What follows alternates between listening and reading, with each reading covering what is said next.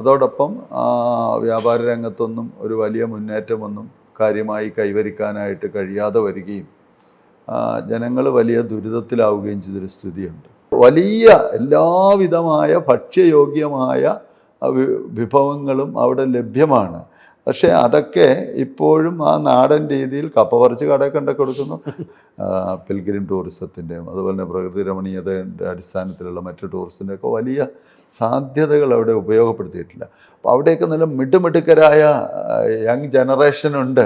അവരെല്ലാം കാനഡയ്ക്ക് പോകാൻ പറ്റുമോ, ഇംഗ്ലണ്ടിൽ പോകാൻ പറ്റുമോ, ഓസ്ട്രേലിയക്ക് പോകാൻ പറ്റുമോ എന്നാണ് അന്വേഷിക്കുന്നത്. അത് മാറിയിട്ട് അവിടെ കിട്ടുന്നതിനേക്കാൾ മികച്ച വരുമാനം ഇവിടെ ഉണ്ടാക്കാൻ പറ്റുമെന്ന് ആ കുട്ടികളെ ബോധ്യപ്പെടുത്തി കൊടുത്ത് അവർക്ക് വഴി തുറന്നു കൊടുത്താൽ ആ കുഞ്ഞുങ്ങൾ ഇവിടെ നിൽക്കും. റബ്ബർ തോട്ടങ്ങൾ ആദ്യമായിട്ട് ആരംഭിച്ചത് പൂഞ്ഞാറിലാണ്. അപ്പോൾ കേരളത്തിൽ റബ്ബറിൻ്റെ നാട് എന്ന് പറയുന്നത് യഥാർത്ഥത്തിൽ പൂഞ്ഞാറാണ്. പൂഞ്ഞാറിൻ്റെ വിഭവശേഷിയും പൂഞ്ഞാറിൻ്റെ സൗകര്യങ്ങളും വേണ്ട വിധത്തിൽ ഉപയുക്തമായിട്ടില്ല. ആ ഒരു പോരായ്മ പരിഹരിക്കാനുള്ള വഴിവെട്ടുക എന്നുള്ളതാണ് റൈസിംഗ് പൂഞ്ഞാർ ആ പേര് തിരഞ്ഞെടുത്ത് ഒരു ബിസിനസ് കോൺക്ലേവ്, ഒരു നിക്ഷേപ സംഗമം നടത്താനായിട്ട് തീരുമാനിക്കാനായിട്ട് ഇടയാക്കിയത്. ജൂൺ 9 പൂഞ്ഞാർ ഇൻവെസ്റ്റേഴ്സ് മീറ്റ് നടത്തുക. അത് മാതൃകയാക്കിയിരിക്കുന്നത് കൊച്ചിയിൽ സമീപകാലത്ത് നടന്ന ഇൻവെസ്റ്റ് കേരള ഗ്ലോബൽ സബ്മിറ്റിൻ്റെ ഒരു മിനിയേച്ചർ പതിപ്പാണ് നമ്മൾ ലക്ഷ്യം വയ്ക്കുന്നത്.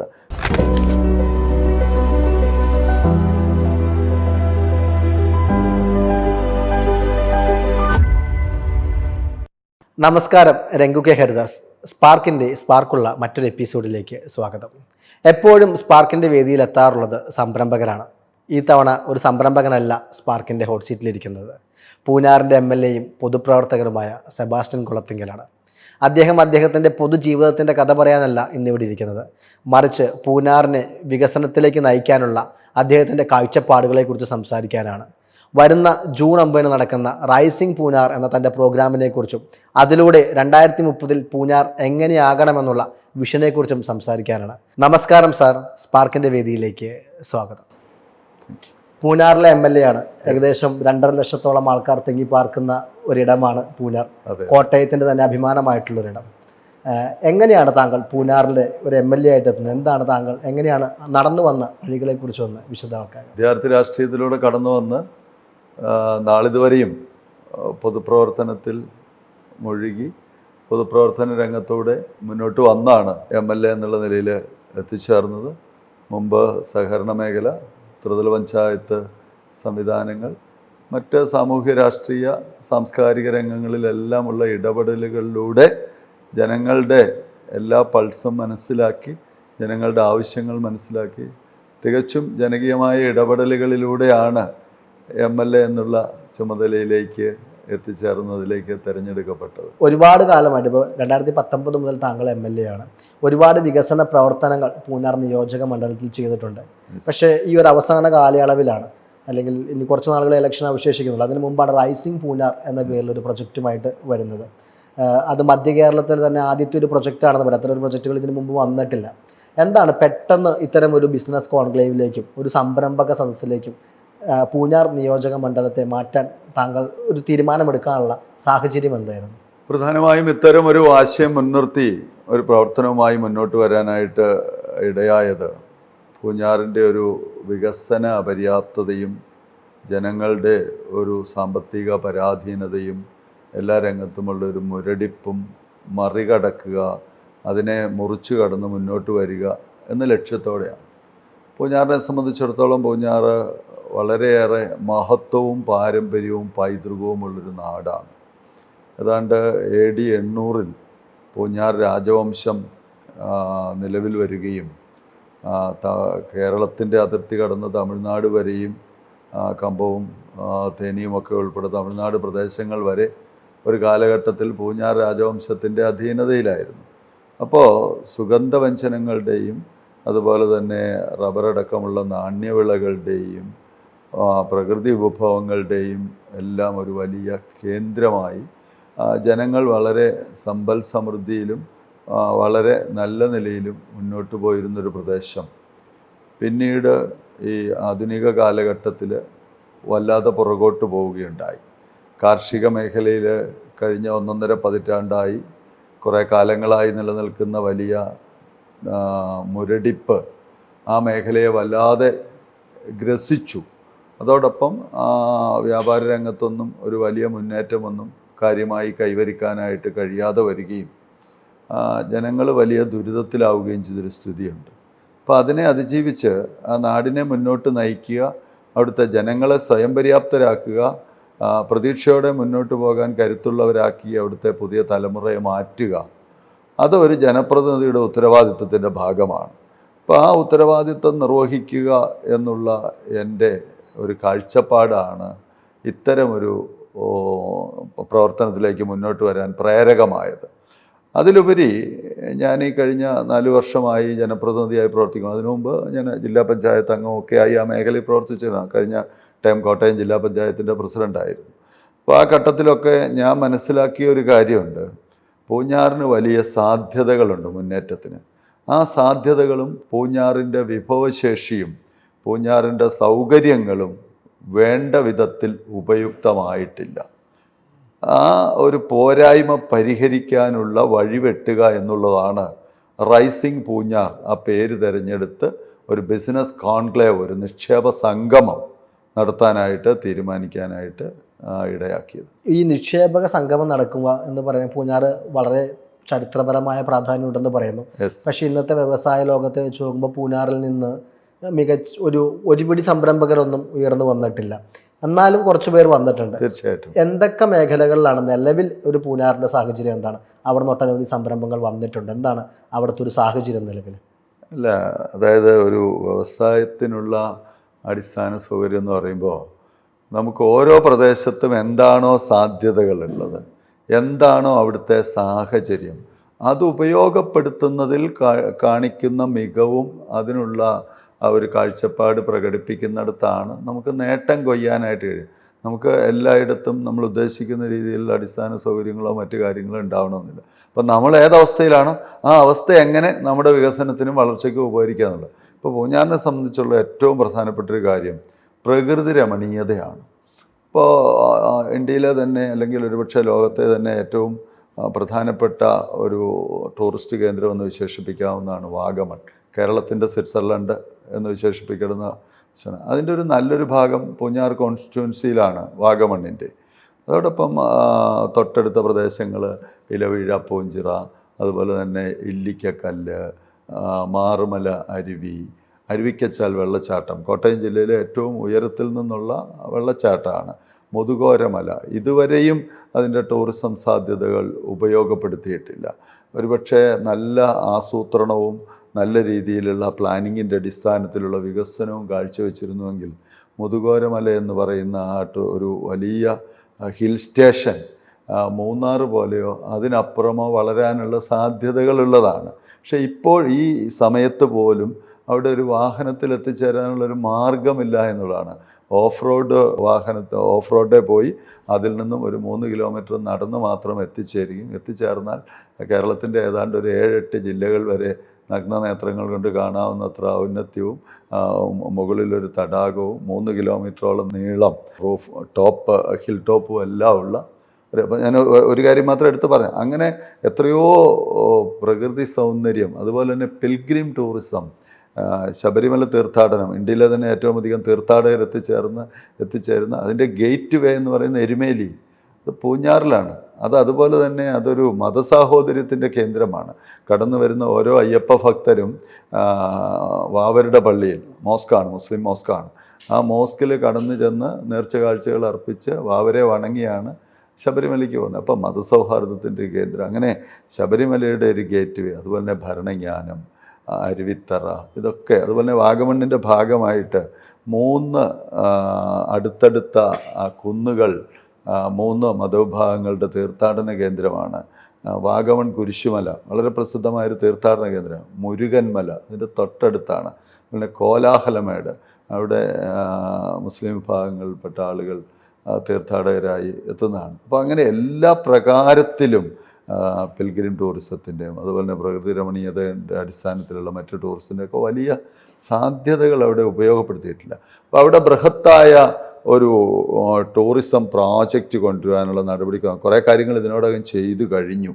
ഇനിയും ഒട്ടേറെ കാര്യങ്ങൾ ചെയ്യാനുണ്ട്. അതിനുവേണ്ടി വളരെ വലിയ ഒരു മാസ്റ്റർ പ്ലാൻ തയ്യാറാക്കാൻ ടൂറിസം ഡിപ്പാർട്ട്മെൻറ്റിനോട് ബഹുമാനപ്പെട്ട മന്ത്രി റിയാസ് മുഖേന്ദ്രൻ ആവശ്യപ്പെട്ട് അതിനുള്ള നടപടികൾ നടന്നു വരുന്നുണ്ട്. അതുപോലെ തന്നെ അവിടെ സ്ഥല ലഭ്യത, ഇപ്പോൾ ഗവൺമെൻറ് എല്ലാ രംഗത്തും പ്രോത്സാഹിപ്പിക്കുന്നത് PPP മോഡലാണ്.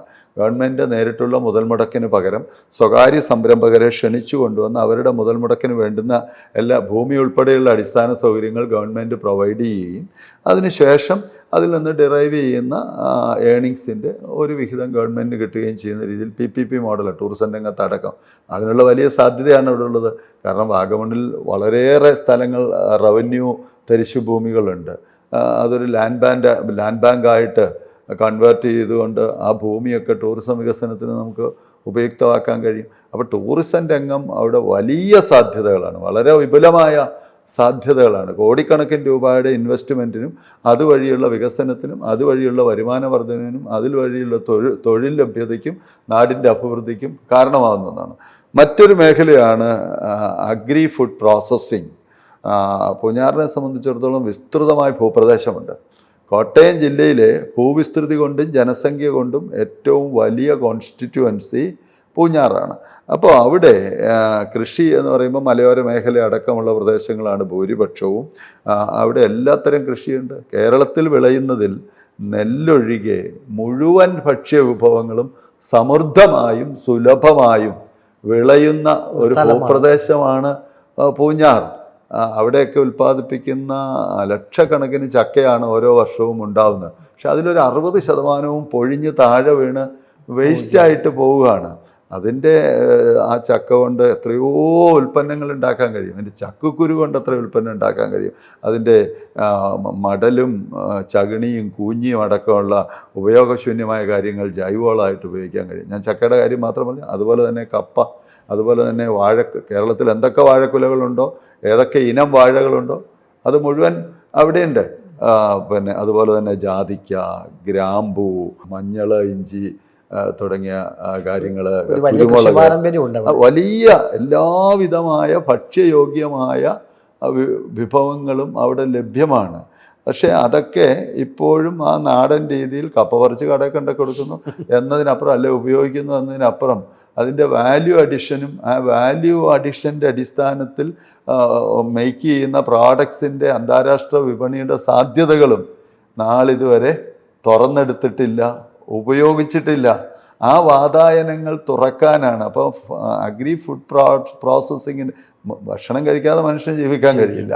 ഈ ഭക്ഷ്യവിഭവങ്ങൾക്ക് മനുഷ്യന് എവിടെയൊക്കെ ലോകത്തുണ്ടോ അവിടെയെല്ലാം ഇതിന് മാർക്കറ്റുണ്ട്. രണ്ടാമതിപ്പം മലയാളികൾ ഇങ്ങനെ ഏറ്റവും അധികം സ്പ്രെഡ് ചെയ്യുന്നൊരു ജനത കേരളീയരാണല്ലോ, മലയാളികളാണല്ലോ. ഇപ്പോൾ ലോകത്തെല്ലാവരും ഇപ്പോൾ പിന്നെ ലോക കേരള സഭയൊക്കെ നടത്തിയപ്പോൾ ഈ കഴിഞ്ഞ തവണ പോലും 100-ലധികം രാജ്യങ്ങളിൽ നിന്ന് പ്രതിനിധികൾ വന്നു.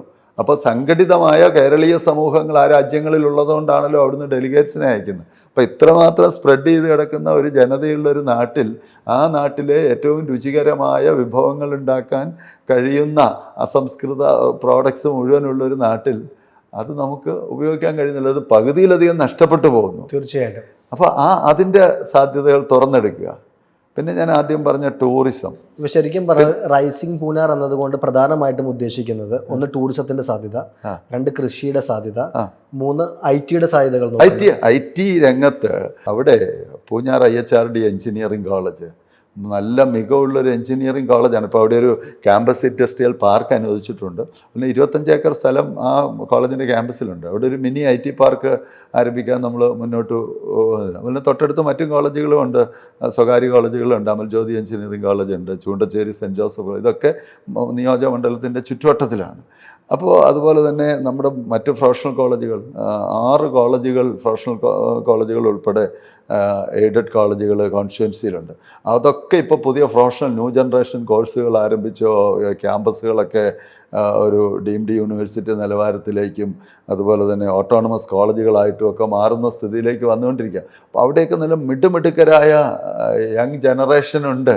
അവരെല്ലാം കാനഡയ്ക്ക് പോകാൻ പറ്റുമോ, ഇംഗ്ലണ്ടിൽ പോകാൻ പറ്റുമോ, ഓസ്ട്രേലിയക്ക് പോകാൻ പറ്റുമോ എന്നാണ് അന്വേഷിക്കുന്നത്. അത് മാറിയിട്ട് അവിടെ കിട്ടുന്നതിനേക്കാൾ മികച്ച വരുമാനം ഇവിടെ ഉണ്ടാക്കാൻ പറ്റുമെന്ന് ആ കുട്ടികളെ ബോധ്യപ്പെടുത്തി കൊടുത്ത് അവർക്ക് വഴി തുറന്നു കൊടുത്താൽ ആ കുഞ്ഞുങ്ങൾ ഇവിടെ നിൽക്കും. ഒരു ഇൻവെസ്റ്റ് പൂഞ്ഞാർ. യെസ്, ഇവിടെ നമുക്ക് സ്ഥലം ഇഷ്ടം പോലെ ഉണ്ട്, പ്രകൃതി രമണീയതയുണ്ട്, എല്ലാവിധമായ വിഭവങ്ങളുമുണ്ട്, ബുദ്ധിശക്തിയുള്ള ജനതയുണ്ട്, വലിയ പൈതൃകവും പാരമ്പര്യവുമുണ്ട്. അപ്പം ഇതെല്ലാം ഒന്ന് കൂട്ടിയോജിപ്പിച്ച് ഒരു വഴി തെളിച്ച് കൊടുത്താൽ പൂഞ്ഞാറിനെ ഏറ്റവും ഉയരങ്ങളിലേക്ക് കൊണ്ടുവരാൻ പറ്റും. ഞാൻ ആദ്യം പറഞ്ഞത് തന്നെയാണ് വീണ്ടും പറയുന്നത്, നമ്മുടെ സാധ്യതകൾ നമ്മൾ ഉപയോഗിച്ചില്ല, നമ്മുടെ സാഹചര്യങ്ങൾ നമ്മൾ ഉപയോഗിച്ചില്ല, നമ്മുടെ അസംസ്കൃത വസ്തുക്കൾ നമ്മൾ ഉപയോഗിച്ചില്ല. നമുക്ക് തടി എത്രയോ കേരളത്തിൽ ഉണ്ടാകുന്ന എല്ലാം തേക്കും മാഞ്ഞിലിയും ഈട്ടിയും പിന്നെ മഹാഗണിയും പ്ലാവും അതുപോലെ തന്നെ പ്ലൈവുഡിന് ഉപയോഗിക്കുന്ന സോഫ്റ്റ് വുഡ്സ് എല്ലാവിധം മലയോര മേഖലയാണ്. ഇപ്പോൾ ഈ വന്യമൃഗങ്ങളുടെ പ്രശ്നം അതൊക്കെ വന്നിട്ട് ആളുകൾ ഇതെല്ലാം ഇട്ടുപേക്ഷിച്ച് പോകുന്ന സ്ഥിതിയാണ്. പക്ഷേ അവിടെ അവർക്ക് വേണമെങ്കിൽ സൗകര്യവും സുരക്ഷിതമായ സ്ഥാനങ്ങൾ ജീവിച്ചുകൊണ്ട് തന്നെ അവരുടെ ഭൂമിയിൽ പൊന്ന് വിളയിക്കാമെന്നുള്ളത് അവരെ പഠിപ്പിച്ചു കൊടുത്താൽ ആ വഴി അവർ ഓപ്റ്റ് ചെയ്യും. അവരെ ചെയ്യിക്കാൻ പഠിപ്പിക്കണം. അതൊരു ജനപ്രതിനിധിയുടെ ചുമതലയാണ്. ആ ചുമതല നിർവഹിക്കുക എന്നുള്ള കാഴ്ചപ്പാടിൻ്റെ അടിസ്ഥാനത്തിലാണ് ഇത്തരം ഒരു പ്രവർത്തനവുമായി മുന്നോട്ട് ചുവടുവെച്ചിരിക്കുന്നത്. ഞങ്ങൾ ഈ മധ്യ കേരളത്തിലെ ആൾക്കാർക്ക് പൂഞ്ഞാറ് കാഞ്ഞിരപ്പള്ളി എന്നൊക്കെ ചോദിച്ചാൽ ഇത്രയും സാധനങ്ങളൊക്കെ ഉണ്ടെന്ന് പലപ്പോഴും അറിയില്ല. ഞങ്ങളുടെ ഒറ്റ ചിന്ത റബ്ബറാണ്. കാരണം ഞങ്ങളെപ്പോഴും റബ്ബറിനെ കുറിച്ച് പറയുമ്പോഴാണ് നിങ്ങൾ ഓർക്കുന്നത്. എന്താണ് റബ്ബർ വ്യവസായങ്ങൾക്ക്? അല്ല, ഞാനിത് രണ്ടും പറഞ്ഞപ്പോൾ പറയാനായിട്ട് ഒരുങ്ങിയിരുന്ന മറ്റൊരു കാര്യമാണ് റബ്ബർ. ഈ പലർക്കും അറിയത്തില്ലാത്തൊരു കാര്യമുണ്ട്. കേരളത്തിൽ റബ്ബറിൻ്റെ തുടക്കം പൂഞ്ഞാറില്ല. തുടക്കമെന്നല്ല, കേരളത്തിൽ ഒരു കാലഘട്ടത്തിൽ വലിയ സമൃദ്ധിയിലേക്ക് നയിച്ച റബ്ബർ ആദ്യമായി നട്ടത് പൂഞ്ഞാറിലാണ്. അതായത് പൂഞ്ഞാർ നിയമമണ്ഡലത്തിൽ കൂട്ടിക്കൽ എന്നൊരു പഞ്ചായത്തുണ്ട്. അടുത്ത നാളിൽ പ്രളയമൊക്കെ ഉണ്ടായി, അതിൻ്റെ പേരിൽ എല്ലാവരും അറിയപ്പെട്ടതാണ്. അവിടെ ഏന്തയാർ എന്നൊരു സ്ഥലമുണ്ട് കൂട്ടിക്ക പഞ്ചായത്തിലാണ്. ഏന്തയാർ പൂഞ്ഞാറിൻ്റെ തൊട്ടടുത്ത് തന്നെയാണ്, പൂഞ്ഞാർ കോൺസ്റ്റിറ്റ്യുവൻസിയിലാണ്. ഏന്തയാറിൽ ജോൺ ജോസഫ് മർഫി എന്ന് പറയുന്ന ഒരു ഇംഗ്ലീഷുകാരൻ സായിപ്പ്, ബ്രിട്ടീഷുകാരുടെ കാലത്ത് അദ്ദേഹം ഇവിടെ വന്ന് തോട്ടം മേഖലയിലേക്ക് വന്ന് തോട്ടം ബിസിനസ്സുമായിട്ട് വന്ന് അദ്ദേഹമാണ് റബ്ബർ വിദേശത്ത് നിന്ന് കൊണ്ടുവന്ന് ബ്രസീലിൽ നിന്ന് മറ്റുമാണ് കൊണ്ടുവന്ന് ഇവിടെ കൃഷി ചെയ്ത് റബ്ബർ തോട്ടങ്ങൾ ആദ്യമായിട്ട് ആരംഭിച്ചത് പൂഞ്ഞാറിലാണ്. അപ്പോൾ കേരളത്തിൽ റബ്ബറിൻ്റെ നാട് എന്ന് പറയുന്നത് യഥാർത്ഥത്തിൽ പൂഞ്ഞാറാണ്. അത് പക്ഷെ പലർക്കും അറിഞ്ഞുകൂടാ. പക്ഷെ അവിടെ ആ പോയകാല മഹത്വവും പാരമ്പര്യവും ഒക്കെ ഉണ്ടെങ്കിൽ ഇപ്പോൾ റബ്ബർ കൃഷി ചെയ്യുന്ന ആളുകൾ പിൻവാങ്ങിക്കൊണ്ടിരിക്കുക. കാരണം റബ്ബറിന് വിലയില്ല, ആദായകരമല്ല. ഇപ്പം ടാപ്പിങ്ങിന് പോലും ആളെ കിട്ടാനില്ല. അതുപോലെ കാലാവസ്ഥ വല്ലാതെ പ്രതികൂലമാകുമ്പോൾ അതിൽ നിന്ന് ആദായം എടുക്കാൻ കഴിയുന്നില്ല, ഉള്ള ആദായം എടുക്കുന്നതിന് വിലയില്ല. അപ്പോൾ ആ ഒരു സ്ഥിതിയിൽ റബ്ബറിൻ്റെയും ആ ഒരു പ്രയോജനം, റബ്ബറിൻ്റെയും സാധ്യതകൾ വളരെ വലുതാണ്. നമ്മൾ സാധാരണ ടയർ ഉണ്ടാക്കുന്ന കാര്യം, അല്ലെങ്കിൽ ടയറിന് ട്യൂബ് ഉണ്ടാക്കുന്ന കാര്യം മാത്രമേ അറിയുള്ളൂ. ഏതാണ്ട് 500-ലധികം പ്രോഡക്ട്സ് റബ്ബർ അസംസ്കൃത വസ്തുവായ റബ്ബർ റോ മെറ്റീരിയലായിട്ടുള്ളത് ഇന്ത്യയിൽ മാത്രം ഉൽപ്പാദിപ്പിക്കുന്നുണ്ട്. നമ്മുടെ റെയിൽവേയുമായി ബന്ധപ്പെട്ട്, ഒട്ടനവധി മറ്റ് മെഷീനുകളുമായി ബന്ധപ്പെട്ട്, വാഹന വ്യവസായവുമായി ബന്ധപ്പെട്ട്. പക്ഷേ ഇവിടെയൊക്കെ സംഭവിക്കുന്നത് ഇവിടെ നിന്നുള്ള ലാറ്റക്സ് വാങ്ങിച്ചുകൊണ്ട് പോയിട്ട് പഞ്ചാബിലും ഡൽഹിയിലും ഹരിയാനയിലും ഒക്കെയാണ് പ്രോഡക്ട്സ് ഉണ്ടാക്കിയിട്ട് ഇങ്ങോട്ട് കയറ്റി അയക്കുന്നത്. 500-ലധികം പ്രൊഡക്ട്സിൻ്റെ റോ മെറ്റീരിയലായിട്ട് നമ്മുടെ റബ്ബർ ഉൽപ്പാദിപ്പിക്കുന്നുണ്ടെന്നാണ് പറയുന്നത്. അതിൻ്റെ സാധ്യതകൾ എങ്ങനെയാണ് എന്നൊന്ന് പറയാം. അല്ല, അത് അവിടെ തന്നെ അതിൻ്റെ വ്യവസായവും കൂടി ആരംഭിക്കാൻ കഴിഞ്ഞാൽ മാത്രമല്ലേ അവിടെ റബ്ബറിന് വില കിട്ടുള്ളൂ. തീർച്ചയായിട്ടും. ഈ റബ്ബറിൻ്റെ ടയർ ഉണ്ടാക്കുന്ന കമ്പനികൾ കോടാനുകോടികളുടെ പ്രോഫിറ്റ് ടേൺ ഓവറാണ് ഓരോ വർഷവും അവരുടെ ബാലൻസ് ഷീറ്റിൽ വരുന്നത്. അപ്പോൾ ആ ബാലൻസ് ഷീറ്റിൽ അത്ര വലിയ പ്രോഫിറ്റ് ഉണ്ടാകുന്ന നിലയിലേക്ക് ആ കമ്പനികളെ വളർത്തുന്നതിന് ആവശ്യമായ സംസ്കൃത വസ്തു കൊടുക്കുന്ന കർഷകൻ ഓരോ ദിവസവും ദാരിദ്ര്യത്തിൽ നിന്ന് ദാരിദ്ര്യത്തിലേക്ക് കൂപ്പുകുത്തുകയാണ്. അപ്പോൾ അവൻ കൊടുക്കുന്ന ഒരു വലിയ മികവുള്ള ഉൽപ്പന്നം കൊടുക്കുന്നിടത്ത് ആ ഉൽപ്പന്നം ഉപയോഗിച്ചുകൊണ്ട് അവന് തന്നെ അതിൻ്റെ അഭിവൃദ്ധിയുടെ ഒരു നേട്ടം കൈവരിക്കാനായിട്ടുള്ള അവസരം ഒരുക്കുമ്പോഴാണ് കൃഷിക്കാരന് നിലനിൽക്കാൻ കഴിയുക. അങ്ങനെ റബ്ബർ കൃഷിക്കാരനെ നിലനിർത്തണം. ഇപ്പോൾ റബ്ബർ കൃഷി വിട്ടിട്ട് ആളുകൾ അവിടെയൊക്കെ കൈത കൃഷി ചെയ്യുന്ന സ്ഥിതിയാണ്. റബ്ബറിന് ആദായകരമല്ലാത്തത് കൊണ്ട് ഇപ്പോൾ ഈ പറഞ്ഞ ഈ കൈതച്ചക്ക നമുക്ക് വലിയൊരു വാല്യൂ അഡീഷൻ, അതിൽ നിന്ന് നമുക്ക് വൈൻ ഉണ്ടാക്കാൻ കഴിയും, അതിൽ നിന്ന് ഒരുപാട് ഉൽപ്പന്നങ്ങൾ ഉണ്ടാക്കാൻ കഴിയും. എല്ലാത്തിൽ നിന്നും അവിടെ പൂഞ്ഞാറിലുള്ള എല്ലാ സാധനങ്ങളിൽ നിന്ന്, കപ്പയിൽ നിന്ന്, ചക്കയിൽ നിന്ന്, വാഴക്കുലയിൽ നിന്ന്, ഇപ്പോൾ പറഞ്ഞ പൈനാപ്പിളിൽ നിന്ന്, അതുപോലെ നമ്മുടെ സ്പൈസസിൽ നിന്ന്, ഇതെല്ലാം വാല്യൂ അഡീഷനിലേക്ക് നമുക്ക് പോകാനായിട്ട് കഴിയും. പിന്നെ അവിടെ വേറൊരു കാര്യം കൂടി, ഞാനിപ്പോൾ ഈ 4 വർഷം ആകുമ്പോഴാണ് ഇങ്ങനെ ഒരു ഇൻവെസ്റ്റേഴ്സ് മീറ്റ് വയ്ക്കുന്നത്. കഴിഞ്ഞ 3 വർഷത്തിലധികമായി ഇതിലേക്ക് എത്തുന്നതിനുള്ള ജോലിയിലായിരുന്നു. ഈ പ്രോഗ്രാം നടത്താനുള്ള ഈ പ്രോഗ്രാം നടത്തുക എന്ന് പറയുമ്പോൾ ഈ പ്രോഗ്രാം നടത്തുന്നതല്ല, പ്രോഗ്രാം നടത്തണമെങ്കിൽ നമുക്ക് പറ്റും. ആ പ്രോഗ്രാം നടത്തിയാൽ അതിന് റിസൾട്ട് ഉണ്ടാവാനുള്ള സാഹചര്യം ഉണ്ടാവണം. കാരണം അവിടെ അടിസ്ഥാന സൗകര്യങ്ങളില്ലായിരുന്നു. റോഡുകൾ മുഴുവൻ തകർന്നു കിടക്കുകയായിരുന്നു. പൂഞ്ഞാർ നിയമമണ്ഡലത്തിൽ PWD റോഡ് മാത്രം 630 കിലോമീറ്റർ ദൈർഘ്യമുണ്ട്. അതായത് പൂഞ്ഞാർ നിയമമണ്ഡലത്തിലെ മുഴുവൻ PWD റോഡ് ഒരുമിച്ച് വെച്ചാൽ കേരളത്തിൻ്റെ അങ്ങേയറ്റം പാറശാലയിൽ നിന്ന് കാസർഗോട്ടെത്താം. അപ്പോൾ ഈ റോഡുകളിൽ 90% തകർന്നു കിടക്കുകയായിരുന്നു മുമ്പ്. ഇപ്പോൾ ഞാൻ MLA ആയി 4 വർഷം കൊണ്ട് അതിൽ 95%, ഒരു കൈവിരലിലെണ്ണാവുന്ന 3-4 റോഡുകൾ ഒഴികെ, അത് ചില സാങ്കേതിക പ്രശ്നങ്ങളെല്ലാം ഉണ്ട്, 95% റോഡ് മികച്ചതാക്കി. പുതുതായി 12 BMBC റോഡ് ഉണ്ടാക്കി. ഈരാറ്റുപേട്ട വാഗമൺ റോഡ് പോലും ഒരാൾക്കും യാത്ര ചെയ്യാൻ കഴിയാത്ത വിധം തകർന്നു കിടക്കായിരുന്നു. അപ്പോൾ അതെല്ലാം BMBC റോഡ്. അപ്പോൾ റോഡുകളെല്ലാം മികച്ച. ഇപ്പോൾ വാഗമണ്ണിലേക്ക് തന്നെ പുതിയ 4 റോഡ് ഉണ്ടാക്കിക്കൊണ്ടിരിക്കുക. ഇപ്പോൾ നേരിട്ട് NH-ൽ നിന്നും വാഗമണ്ണിലേക്ക് പോകാൻ വേണ്ടി മുണ്ടക്കയത്തുനിന്ന് ഏന്തയാർ വരെ വന്ന് നിൽക്കുന്ന ഒരു റോഡുണ്ട്, ഏന്തയാർ ഇളങ്കാട് വലിയന്ത വരെ. അത് 7 കിലോമീറ്റർ പുതുതായി വെട്ടിത്തുറന്ന് വാഗമണ്ണിലേക്ക് എത്തിക്കാനുള്ള ടെൻഡർ നടപടിയിലേക്ക് എത്തിയിട്ടുണ്ട്. അപ്പോൾ ആ റോഡ് വന്നു കഴിഞ്ഞാൽ നാഷണൽ ഹൈവേയിൽ നിന്ന് നേരിട്ട് വാഗമണ്ണിലേക്ക് എത്താം. അതോടൊപ്പം international airport, Sabari greenfield international airport എരുമേലിയിൽ സ്ഥാപിതമാകാൻ വേണ്ടി സ്ഥലമേറ്റെടുപ്പിൻ്റെ നടപടികൾ നടന്നുകൊണ്ടിരിക്കുക. അത് ആസന്ന ഭാവിയിൽ യാഥാർത്ഥ്യമായാൽ ഒരു അന്താരാഷ്ട്ര ടൂറിസ്റ്റിന് അല്ലെങ്കിൽ ഒരു ദേശീയ തലത്തിൽ നിന്നെത്തുന്ന ഒരു ടൂറിസ്റ്റിന് എരുമേലിയിൽ വന്നിറങ്ങിയാൽ കേവലം 34 കിലോമീറ്റർ കൊണ്ട് അങ്ങേയറ്റം 45 മിനിറ്റ് കൊണ്ട് വാഗമണിലെത്താം. അപ്പോൾ പുതിയൊരു റോഡ് അതുവഴി വരികയാണ്. അതുപോലെ തന്നെ 3-4 റോഡുകൾ പൂഞ്ഞാർ അടിവാരത്ത് നിന്ന് കോട്ടത്താവളം വഴി. കോട്ടത്താവളം വലിയൊരു ടൂറിസ്റ്റ് കേന്ദ്രം. ഈ ഞാൻ മുമ്പ് പറഞ്ഞ പൂഞ്ഞാർ രാജവംശം തമിഴ്നാട്ടിൽ നിന്നാണ് പൂഞ്ഞാറിലേക്ക് വന്നത്. അപ്പോൾ അവർ വന്നപ്പം കോട്ട കെട്ടി താവളം അടിച്ച സ്ഥലമാണ് കോട്ടത്താവളം. പക്ഷെ അവിടെ വലിയൊരു വെള്ളച്ചാട്ടവും ഉണ്ട്, ഏറ്റവും പ്രകൃതി രമണീയമായ സ്ഥലമാണ്. പക്ഷെ കാണാൻ പോകണമെങ്കിൽ കിലോമീറ്ററുകൾ നടന്നു പോകണം. ഇപ്പം നിലവിൽ വാഹന സൗകര്യമില്ല. അപ്പോൾ വളരെ പ്രകൃതി രമണീയമാണ്. അവിടേക്കൊക്കെ വാഹന സൗകര്യവും അതിൻ്റെ സാധ്യതകൾ ചൂണ്ടിക്കാണിച്ചാൽ 100 കണക്കിന് ആളുകൾ വരും. അപ്പോൾ പൂഞ്ഞാർ അടിവാരത്ത് നിന്ന് കോട്ടത്താവളം വഴി കല്ലില്ലാക്കവല വഴി വഴിക്കടവ് എന്ന് പറഞ്ഞാൽ വാഗമണിൻ്റെ തൊട്ടടുത്ത സ്ഥലം, വഴിക്കടവിലേക്ക് പുതിയൊരു റോഡ് ഉണ്ടാക്കിക്കൊണ്ടിരിക്കുക. റോഡ് ഉണ്ടാക്കി ഇനി അത് ഡെവലപ്പ് ചെയ്ത് ഗതാഗത യോഗ്യമാക്കിയാൽ മതി. അതുപോലെ തന്നെ മറ്റൊരു റോഡ് തീക്കോയ്ക്കപ്പുറത്ത് മാവടിയിൽ നിന്ന് മലമേൽ നാട് നോക്കി, അത് 2 പ്രദേശങ്ങളാണ്. ആ പ്രദേശങ്ങൾ വഴി പുതിയൊരു റോഡ് വാഗമണ്ണിലേക്ക് വഴിക്കടവിലേക്ക് എത്തിച്ചുകൊണ്ടിരിക്കുകയാണ്. അതുപോലെ കാരികാട് എന്ന് പറയുന്ന സ്ഥലത്തുനിന്ന് കമ്പിപ്പാലം 17 ഏക്കർ വഴി പുള്ളിക്കാനത്തേക്ക് പുതിയൊരു റോഡ് ഉണ്ടാക്കിക്കൊണ്ടിരിക്കുകയാണ്. ഇങ്ങനെ അടിസ്ഥാന സൗകര്യ രംഗത്ത് മുമ്പ് വാഗമണിലേക്കുള്ള റോഡുകൾ പരിമിതമായിരുന്നു. നാനാ വഴിക്ക് ഇപ്പോൾ പുതിയ റോഡ് വെട്ടി ചെയ്തുകൊണ്ടിരിക്കുക. അപ്പോൾ ഇങ്ങനെ നമ്മളൊരു വീട് വെക്കണമെങ്കിൽ ആദ്യം സ്ഥലം മേടിച്ച് ഭൂമി ശരിയാക്കി തറ കെട്ടിയാലല്ലേ ബാക്കി നടക്കുകയുള്ളൂ എന്ന് പറഞ്ഞതുപോലെ ഇൻവെസ്റ്റ്മെൻറ്റ് മീറ്റിലേക്ക്, നിക്ഷേപ സംഗമത്തിലേക്ക് വരണമെങ്കിൽ നിക്ഷേപകർ ഇവിടെ വന്നാൽ അവർക്ക് നിക്ഷേപിക്കാനുള്ള സാഹചര്യം. ഇപ്പോൾ ടൂറിസം, വാഗമണ്ണി ടൂറിസംകളെ ആകർഷിക്കണമെന്ന് പറഞ്ഞാൽ ടൂറിസ്റ്റുകൾക്ക് വരാൻ വഴി വേണം, വന്ന് താമസിക്കാൻ മതിയായ സൗകര്യം വേണം, നല്ല ഭക്ഷണം കിട്ടണം, അവർക്ക് പ്രകൃതി രമണീയമായ കാഴ്ചകൾ കാണാൻ പോകാനുള്ള സൗകര്യങ്ങളും ക്രമീകരണങ്ങളും. ഇതിനുള്ള വഴിയെല്ലാം ഉണ്ടാക്കാതെ നിക്ഷേപിച്ചോ എന്ന് പറഞ്ഞാൽ ആരും നിക്ഷേപിക്കാൻ വരില്ല.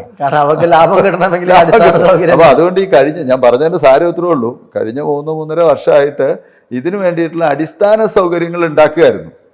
ഇപ്പോൾ വീട് വെക്കണമെങ്കിൽ നമ്മൾ ആദ്യം ലോൺ അന്വേഷിക്കണം, പ്ലാൻ ഉണ്ടാവണം, പെർമിറ്റ് എടുക്കണം എന്ന് പറഞ്ഞ പോലെ ഈ പണിയെല്ലാം ചെയ്തേച്ചാണിപ്പോൾ ഇതിലേക്ക്. അതുകൊണ്ടാണ് അപ്പോൾ നമുക്ക് അതിലൊരു 100% വിശ്വാസമുണ്ട്. തീർച്ചയായിട്ടും ഞങ്ങളുടെ അടുത്ത് ഒരുപാട് ആൾക്കാർ പറയുന്നുണ്ട്, ചെറിയ നല്ല ഐഡിയാസ് ആയിരിക്കും.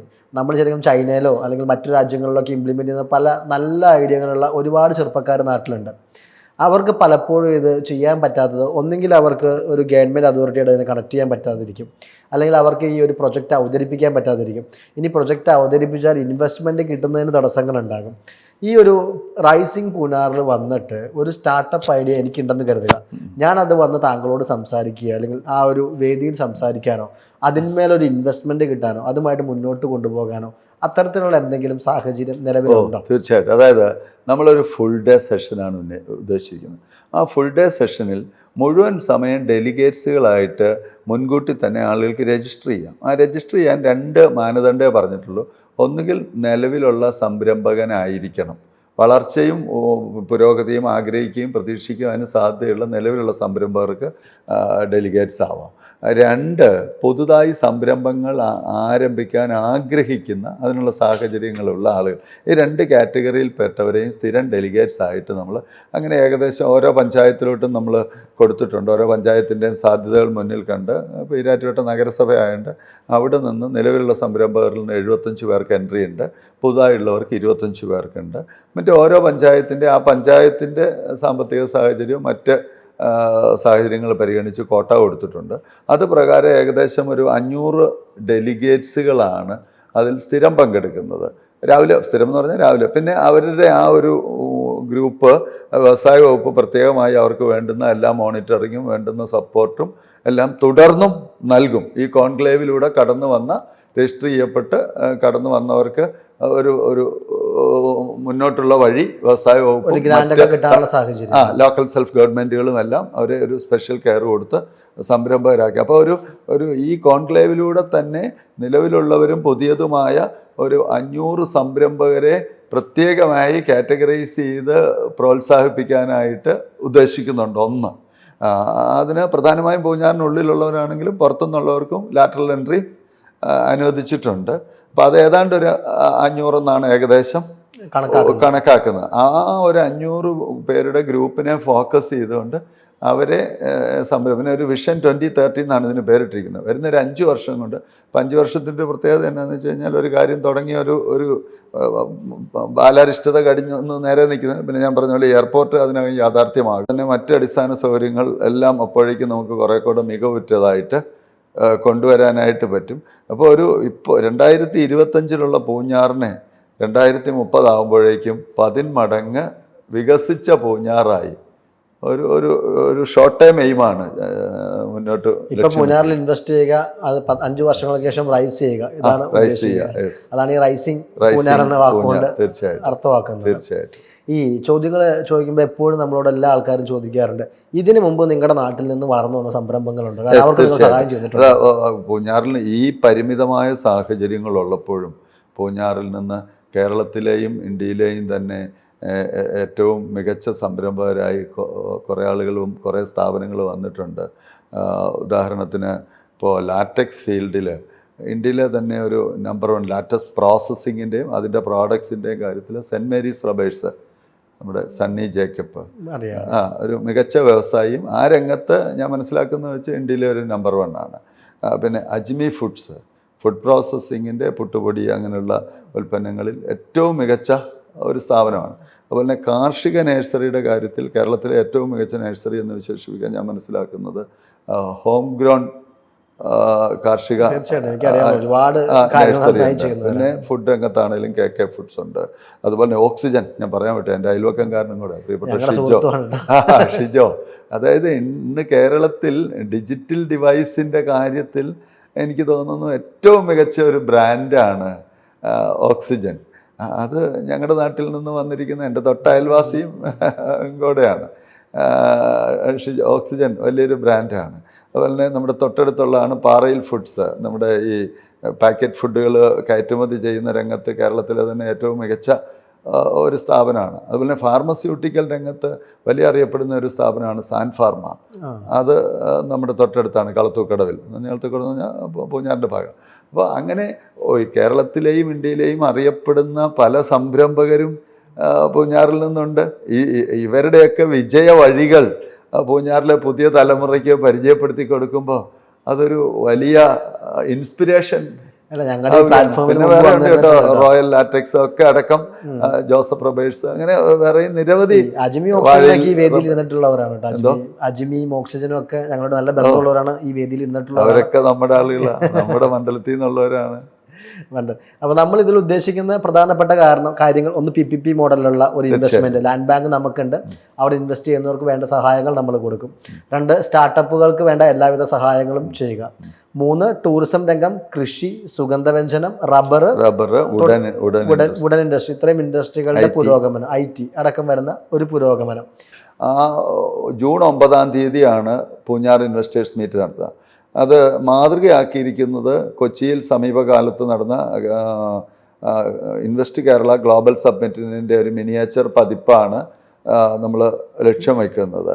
അപ്പോൾ അതിൽ 3 പേരാണ് പ്രധാനമായും ഫാക്കൽറ്റികളായി പങ്കെടുക്കുന്നത്. ഒന്ന് നമ്മുടെ വിശ്വസഞ്ചാരിയായ സന്തോഷ് ജോർജ് കുളങ്ങര, ടൂറിസം രംഗത്തെ നവീന സാധ്യതകളെക്കുറിച്ച് അദ്ദേഹം ആണ് സംസാരിക്കുക. മറ്റൊന്ന് നമ്മുടെ സംസ്ഥാനത്തിന് അനുയോജ്യമായ എല്ലാത്തരം സംരംഭങ്ങളെയും പ്രോത്സാഹിപ്പിക്കുന്നതുമായി ബന്ധപ്പെട്ട കാര്യങ്ങൾ മുൻ additional chief secretary TK Jose IAS വിശദീകരിക്കും. അതുപോലെ തന്നെ കേരള ഗവൺമെൻറ് സ്റ്റാർട്ടപ്പ് മിഷൻ്റെ CEO ഉണ്ട്, ശ്രീ അനൂപ് അംബിക. അദ്ദേഹമാണ് സ്റ്റാർട്ടപ്പ് മിഷനുകൾ ആരംഭിക്കുന്നതുമായി ബന്ധപ്പെട്ട കാര്യങ്ങളും അതിൻ്റെ നടപടിക്രമങ്ങളെക്കുറിച്ചും അത്തരം കാര്യങ്ങൾ അതിൽ വിശദീകരിക്കുക. പിന്നെ മറ്റ് 2 സെഷൻ ഉണ്ടാവുക. ഒന്ന്, ഒരു സംരംഭം ആരംഭിക്കുമ്പോൾ അതിന് ഏതൊക്കെ അനുമതികൾ ആവശ്യമുണ്ട്, ഏതൊക്കെ ഡിപ്പാർട്ട്മെൻറ്റുകളുമായിട്ടാണ് ബന്ധപ്പെടേണ്ടത്, അതുമായി ബന്ധപ്പെട്ട് ഇപ്പോൾ ഗവൺമെൻറ് ഉണ്ടാക്കിയിരിക്കുന്ന ഏകജാലക സംവിധാനത്തിൻ്റെ സവിശേഷതകൾ, അതിലൂടെ എങ്ങനെ അപ്പോൾ ആ നടപടിക്രമങ്ങൾ, പ്രൊസീഡിയറും ലൈസൻസ്, പെർമിറ്റ്, അതുമായി ബന്ധപ്പെട്ട ഒരു വിശദീകരണം ഉണ്ടാവും. പിന്നെ വിഭവ സമാഹരണമാണല്ലോ ഏറ്റവും വലിയ വെല്ലുവിളി. അപ്പോൾ അതിന് നിലവിൽ ലഭിക്കുന്ന വിഭവ സമാഹരണ സാധ്യതകളും അതിൻ്റെ വായ്പാ സാധ്യതകൾ, സബ്സിഡികൾ, ആനുകൂല്യങ്ങൾ, മറ്റ് പ്രോത്സാഹന നടപടികൾ, ഇത് സംബന്ധിച്ചൊരു വിശദീകരണം ഉണ്ടാകും. ഇങ്ങനെ 4-5 സെഷൻ ഉണ്ടാകും. പിന്നെ വളരെ പ്രധാനപ്പെട്ട ഒരു സെഷൻ എന്ന് പറയുന്നത് ബഹുമാനപ്പെട്ട വ്യവസായ വകുപ്പ് മന്ത്രി ശ്രീ P. രാജീവ്, അദ്ദേഹമാണ് എനിക്കിതിനെല്ലാം ഒരു ഇൻസ്പിറേഷൻ തരുന്നയാൾ. അദ്ദേഹത്തിൻ്റെ ഉദ്ഘാടനം അദ്ദേഹമാണ്. ഉദ്ഘാടന പ്രസംഗം കൂടാതെ 1 hour അദ്ദേഹം പ്രധാനപ്പെട്ട സംരംഭകരുമായി ഒരു ഇൻട്രാക്ഷൻ ഉണ്ട്. അതിൽ മറ്റിതിന് ഡെലിഗേറ്റ്സ് ആയിട്ടുള്ള ആർക്ക് വേണമെങ്കിലും അദ്ദേഹത്തിൽ നിന്നും സംശയ നിവൃത്തി വരുത്താനും ആശയവിനിമയം നടത്താനുള്ള അവസരമുണ്ട്. ആ വേദിയിൽ വെച്ച് പുതിയ ആശയങ്ങൾ അവതരിപ്പിക്കാനുള്ള അവസരവും ഉണ്ട്. അത് 1 മണിക്കൂർ ബഹുമാനപ്പെട്ട വ്യവസായ മന്ത്രി സംരംഭകരുമായി ഇൻട്രാക്റ്റ് ചെയ്യുന്നതാണ് ഉദ്ഘാടന പ്രസംഗം കൂടാതെ. പിന്നെ മറ്റ് 2 മന്ത്രിമാർ പങ്കെടുക്കുന്നുണ്ട്. ബഹുമാനപ്പെട്ട കോട്ടയം ജില്ലയുടെ ചുമതല കൂടിയുള്ള മന്ത്രി ശ്രീ VN വാസവൻ അവറുകൾ, ബഹുമാനപ്പെട്ട ജലവിഭവ വകുപ്പ് മന്ത്രി ശ്രീ റോഷി അഗസ്റ്റിന്, അതോടൊപ്പം MP-മാർ ബഹുമാനപ്പെട്ട ശ്രീ ആൻഡ്രു ആൻ്റണി MP, ബഹുമാനപ്പെട്ട ശ്രീ ജോസ് കെ മാണി MP എന്നീ MP-മാർ അതിൽ പങ്കെടുക്കുന്നുണ്ട്. സംസ്ഥാനത്തെ ഉദ്യോഗസ്ഥ സംവിധാനത്തിൻ്റെ തലപ്പത്തിരിക്കുന്ന നമ്മുടെ chief secretary doctor A. Jayathilak IAS അതിൽ പങ്കെടുക്കുന്നുണ്ട്. അപ്പോൾ ഒരു ദിവസം മുഴുവൻ നീണ്ടു നിൽക്കുന്ന രാവിലെ 9 മണിക്ക് രജിസ്ട്രേഷൻ തുടങ്ങി 9:30 ക്ലാസ്സുകൾ ആരംഭിച്ച് മറ്റു ഉദ്ഘാടന സെഷനും മന്ത്രിയുടെ വ്യവസായ മന്ത്രിയുമായിട്ടുള്ള ഇൻട്രാക്ഷന്, മറ്റ് ക്ലാസ്സുകൾ, ചർച്ചകൾ ഏതാണ്ട് വൈകുന്നേരം 6-6:30 സമാപിക്കത്തക്ക രീതിയിലാണ് ക്രമീകരിച്ചിരിക്കുന്നത്. ആ ഒരു ദിവസം ഭാവി പൂഞ്ഞാറിൻ്റെ വികസനത്തിനും കുതിപ്പിനും റൈസിങ്ങിന്, ഉയർച്ചയ്ക്ക് ഏറ്റവും വലിയ ഊർജം സംഭരിക്കുന്ന, പ്രവഹിപ്പിക്കുന്ന ഒരു ദിനമായി മാറും. അതിന് എൻ്റെ സംരംഭത്തിൻ്റെയും പിന്തുണയും പ്രോത്സാഹനവും ഇടപെടലും ഞാൻ അഭ്യർത്ഥിക്കുകയാണ്. നമുക്ക് എല്ലാവർക്കും കൈകോർത്ത് പിടിച്ചു നിന്നുകൊണ്ട് കേരളത്തിലെ തന്നെ ഏറ്റവും മലയോര പ്രദേശങ്ങൾ അടങ്ങുന്ന പ്രകൃതി രമണീയതയും പ്രകൃതി വിഭവങ്ങളും ഒരുപോലെ ഒത്തിണങ്ങിയിട്ടുള്ള അധ്വാനശീലരായ എന്നാൽ ബുദ്ധിശാലികളായ നല്ല മനുഷ്യരുള്ള ഒരു നാടിനെ പുതിയ ഉയരങ്ങളിലേക്ക് നയിക്കുക എന്നുള്ളതാണ് റൈസിംഗ് പൂഞ്ഞാറിൻ്റെ ലക്ഷ്യം. ആ ലക്ഷ്യത്തിന് നമുക്ക് ഒന്നിച്ച് കൈകോർക്കാമെന്ന് മാത്രമാണ് എനിക്ക് ഈ വേദിയിൽ പറയാനുള്ളത്. നന്ദി, നമസ്കാരം. സംരംഭകർ അദ്ദേഹം ഇത്രയും നേരം നമ്മളോട് സംസാരിച്ചത് കേട്ടു. നിങ്ങളുടെ കയ്യിൽ ഒരു ആശയം ഉണ്ടാകാം, നിങ്ങളുടെ കയ്യിൽ ഫണ്ട് ഉണ്ടാകാം, ഒരുപാട് കാരണങ്ങൾ കൊണ്ട് പലപ്പോഴും നിങ്ങൾക്ക് സംരംഭകരാകാൻ പറ്റാതിരുന്നേക്കാം. ഇനി ഒട്ടനവധി ആശയങ്ങൾ ഉണ്ടായിട്ടും ഈ പൂഞ്ഞാറിൽ നിന്ന് വളർന്നു വരാൻ സാധിക്കാത്ത ആളുകളും ഉണ്ടാകാം. അവർക്കെല്ലാമുള്ള ഒരു ഉത്തരമാണ് ഈ വരുന്ന ജൂൺ 9 നടക്കുന്ന റൈസിംഗ് പൂഞ്ഞാർ. നിങ്ങളുടെ കയ്യിലെ ആശയം ഏതുമാകട്ടെ അത് നിങ്ങൾക്ക് അവിടെ അവതരിപ്പിക്കാം. അതിന് വേണ്ട മാർഗനിർദ്ദേശങ്ങൾ ലഭിക്കും. നിങ്ങൾക്ക് മുന്നോട്ട് പോകാനുള്ള എല്ലാ സാഹചര്യങ്ങളും ഒരുക്കും. റൈസിംഗ് പൂഞ്ഞാർ എന്ന് പറയുന്നത് പൂഞ്ഞാർ നിയോജക മണ്ഡലത്തിൽ നടക്കപ്പെടുന്ന ഏറ്റവും വലിയൊരു പ്രവർത്തനമാണ്. കേരളത്തിലെ എല്ലാ സംരംഭകരെയും ആ വേദിയിലേക്ക് ഞങ്ങൾ സ്വാഗതം ചെയ്യുകയാണ്. ഒരിക്കൽ കൂടെ ഈ വേദിയിൽ നിന്നതിന് നന്ദി അറിയിക്കുന്നു. നന്ദി സർ, നമസ്കാരം.